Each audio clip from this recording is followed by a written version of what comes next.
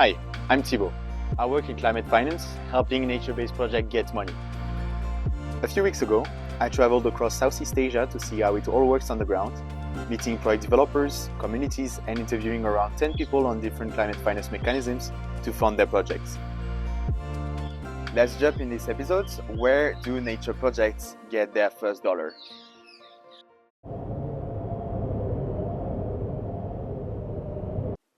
So, to make sure that we understand all of this financing well, I went to see how to solve the first challenge, kickstart and unlock initial funding, and it brought me straight away to Sri Lanka in some big and beautiful mangroves.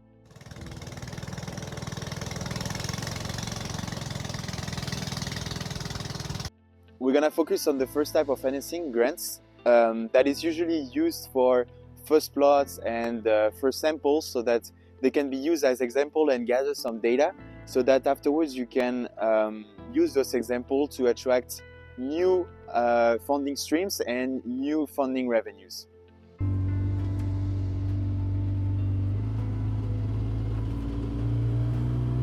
I'm not going to focus on how those grants are working, but focus more on the different characteristics that are useful to keep in mind coming directly from project developers. For instance, first, how many funding grants do you apply to when you are developing your projects?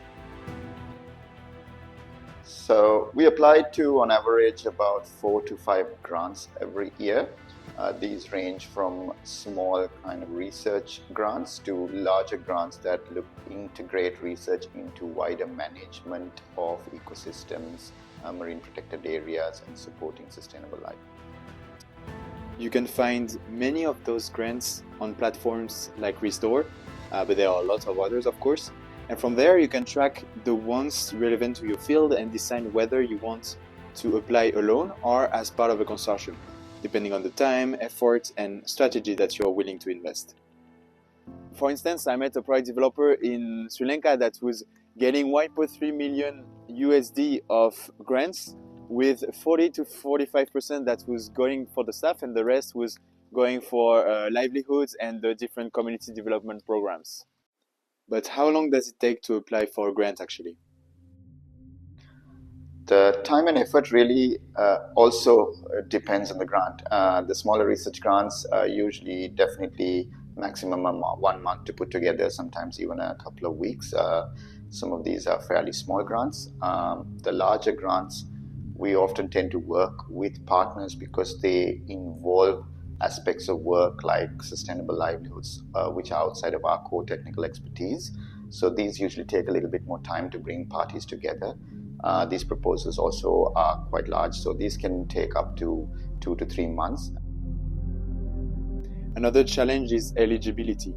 Because some project developers are legally based in different countries, for instance Sri Lanka, they are not always allowed to apply to global funding calls on their own. So they form partnerships, sometimes with entities in Singapore, India, or China, or Europe, to gain access to those opportunities. But the competition can be intense for those grant calls. For EU funded grant, for instance, you can have more than 300 applicants, and only about 17 actually get selected for the second round, with only a few taken in the end. And these proposals are massive. 75-page documents, for instance, covering everything from ocean conservation to poverty to disability. Each one often requires starting almost from scratch. And to show some real-world impact of grants, here are 2 projects. One that I visited and where you can find how the mangroves could get restored from 2012 to 2024. So it was 500 hectares in total in South Sulawesi, in Indonesia, and another one from the same entity from 1990 to 2023. For those 2 mangrove restoration projects with the mangroves that have been cut in order to build fishing ponds, they work largely thanks to grants, but also to CSR funding, so corporate social responsibility support. And that's the next part that we're going to focus on now.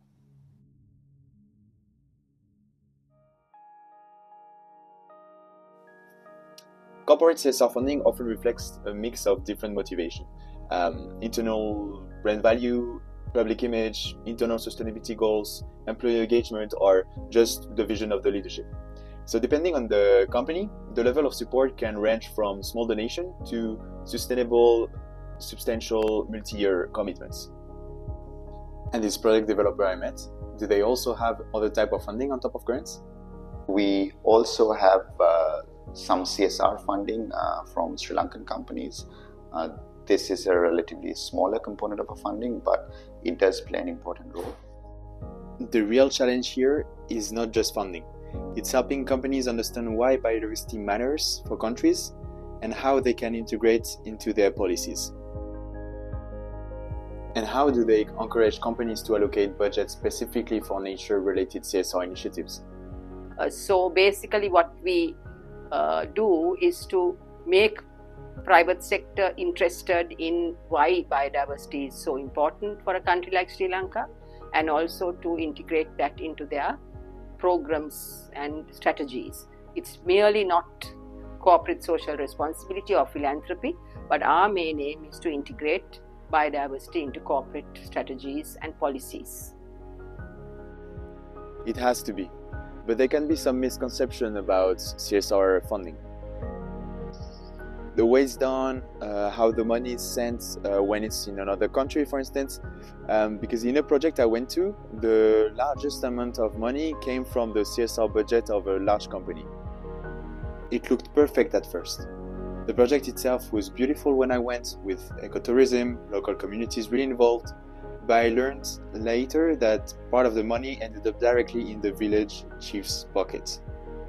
The leader of the fishery committee admitted it to me, but the people on the ground had no idea how much the donor had actually given. The chief of village handled the purchase of the seedlings by himself, but how much money did he keep in his pocket, we will never know. So, to avoid that, the implementer that provides a more sustainable help than only sending money once now transfer funds straight to a group leader's bank account, who then will distribute it within the community. So some project developers also send the compensation 3 times. So the first one is 40% paid upfront before planting, then 40% released once planting is completed and verified through MRV or GPS data, and then 20% paid after the monitoring phase. Another possibility is no cash at all. Only equipment and goods, so fertilizer, seeds, and a bit of bank transfer, but only to cover compensation. Another misconception that we can see often is the number of trees. So it's not about the numbers of trees that are planted, so this is just marketing. But what is important is the survival rate of the trees, how diverse they are, and also the long-term regeneration of the plot and not only the short-term of it. You didn't plant this amount of trees. Better saying, you contributed to the restoration of this plot with this amount of trees. The mortality rate might be high anyway, and your project can also be a full monoculture. So 1,000 trees planted doesn't equal 1,000 trees surviving. That's what I saw in the south of Sulawesi with Blue Forest, where part of the funding came from a CSR contribution. It wasn't massive, but it made a difference, helping sustain local employment, maintenance, and awareness campaigns. And it was on top of philanthropy funding that represented most of the money received, and that's actually going to be the next part that we will cover.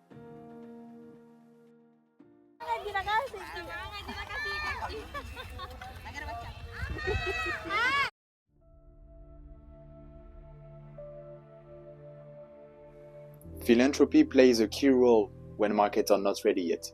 These are funds driven by trust and sometimes with long-term vision. For instance, for Good Forest Indonesia, how did they find their first donor and how would they describe their relationship? Our first carbon partner is a German company with a strong commitment to climate actions and social impact. The relationship began over a decade ago when our management first approached them long before the project actually started. Their initial support helped fund a small demonstration plot, and today they are funding our first carbon project, through which we've already planted over 400 hectares with around 200 farmers involved, in the past 3 years, and the area continues to grow. But if you want to do philanthropy the right way, it's not that easy, because for an early stage project, or actually any kind of project, money alone doesn't make the project work, but trust does.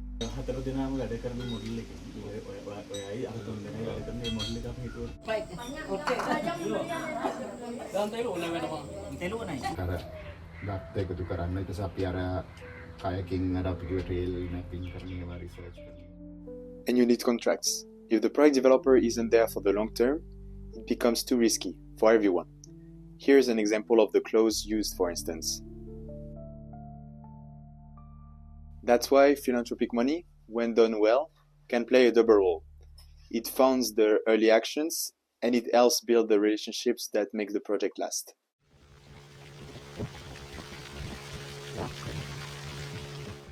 But still, relying on philanthropy or CSR funding or any other type of short-term funding is fragile. I've seen product developers that had everything ready, villages on board, contract signed, but as soon as their first donor pulled out, so to not say the USA in January 2025, after the new US president came in power, everything was stopped.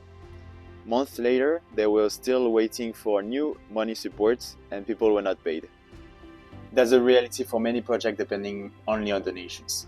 As a reminder, 86% of the NBS projects are relying on public money, including philanthropy. So, philanthropy matters, but it should be the beginning of one type of philanthropy that is sustainable and that leads to real lasting economic models, which is something that, of course, most of the product developers I talk to know about. And also looking at funding sustainability rather than just grants and short-term injections of funding to address long-term issues, I think is critically important to achieve the outcomes that we are focused on. But just a note of caution also here, a recent study by Carbon Capital Lab in September 2025 shows that philanthropic and grant funding remains scarce. Only 9% of projects surveyed rely on it as a primary funding source, and as stated in this episode, almost exclusively at very early stages, pre-PDD. So this type of funding seems to be mostly for developers who have never issued carbon credits. So, to make the project self-sustaining, you need to bring in revenue-generating activities like cash crops or agroforestry, and that's what we will see next.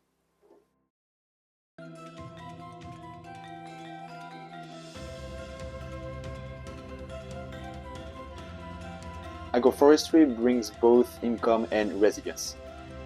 Also, it makes me confused sometimes because I don't know when the rainy season will start or when the dry season will start. From an operational standpoint, I'd say logistics and land competition are major challenges.